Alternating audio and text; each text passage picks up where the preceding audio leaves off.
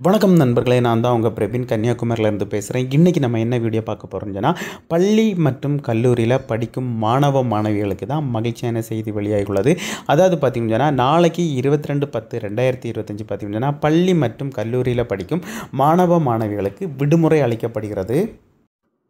எதன் காரணமாட்டு பார்த்திங்கன்னா, மழையின் காரணமாட்டு பள்ளி கல்லூரிகளுக்கு நாளைக்கு முழுவதும் விடுமுறை அளிக்கப்படுகிறது. ஏன்னு சொல்லி பார்த்திங்கன்னா, இப்போ மழை வரும்னு சொல்லிட்டு ஒரு 2-3 நாட்கள் இனி மழை கண்டினியூவாக இருக்குன்னு சொல்லிட்டு தான் இந்த விடுமுறை அளிக்கப்பட்டுள்ளது. ஆனால் பார்த்திங்கன்னா, ஒரே ஒரு நாள் தான் விடுமுறை கொடுத்துருக்காங்க. அதாவது பார்த்திங்கன்னா 22/10/2025. அது யாது மாநிலத்துக்கு பார்த்திங்கன்னா பாண்டிச்சேரிக்கு மட்டும்தான் விடுமுறை கொடுத்துருக்காங்க, தமிழ்நாட்டுக்கு கிடையாது.